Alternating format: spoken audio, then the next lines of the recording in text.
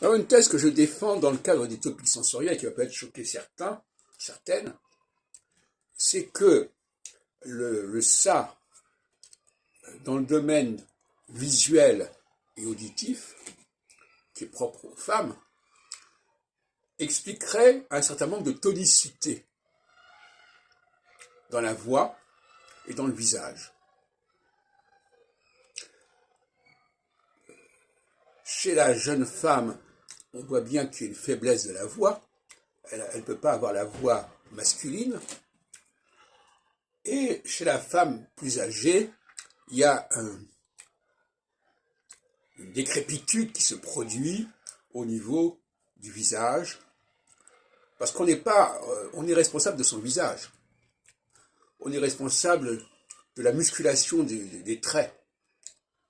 Il peut y avoir un avachissement du visage par un manque de contrôle, par une perte de contrôle du visage, perte de contrôle musculaire du visage. Donc, si vous voulez, ce double ça, visuel et auditif, qui est propre aux femmes, chez l'homme correspond à un surmoi. Donc, une parole plus assurée, plus tonique, et aussi un visage, même avec l'âge, mieux contenu, mieux soutenu. En tout cas, voilà la thèse que je défends,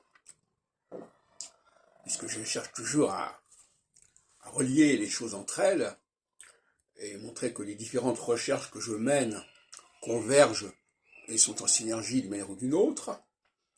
Je me suis toujours demandé pourquoi les femmes ne pouvaient pas avoir la voix des hommes. Bon. Ce qui est un marqueur, entre parenthèses, important. C'est d'ailleurs même généralement le seul marqueur que les gens mettent en avant. Une voix de femme n'est pas une voix d'homme. Mais à mon avis, c'est un problème de tonicité. Un autre marqueur qui est plus discuté, plus discutable, c'est la question effectivement du vieillissement visuel des femmes. Quand on prend des hommes d'un même âge, des hommes et des femmes d'un même âge, on voit que les hommes ont une tenue faciale généralement plus tonique et plus maîtrisée que les femmes.